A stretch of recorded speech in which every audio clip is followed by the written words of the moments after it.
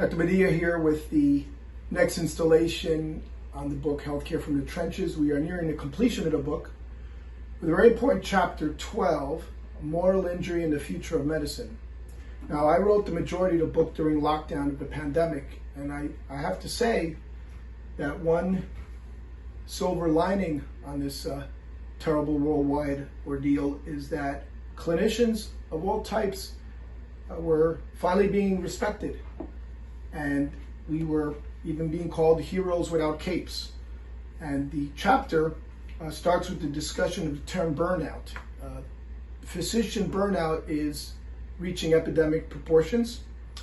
I think it's actually a bad term because I feel that physicians are very resilient, and we should use the term moral injury that was first coined by Dr. Simon Talbot and Dr. Wendy Dean in a landmark article.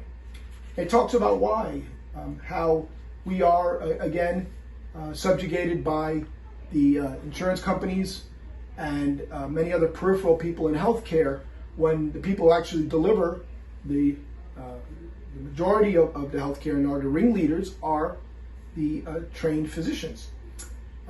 So I talk about why, and even defining burnout, and how even the current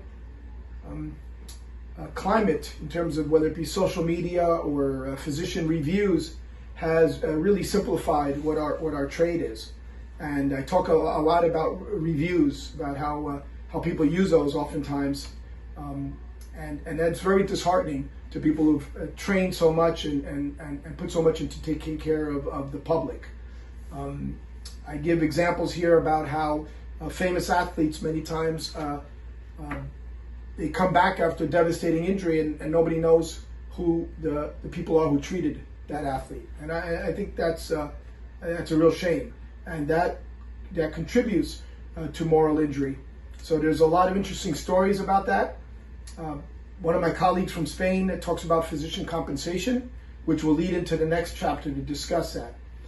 But in the end, for people to spend as many years educating, being trained, requires us to be appropriately valued and compensated and respected. And that is something that I think hopefully will improve now after this pandemic, and you can read about it in Healthcare from the Trenches.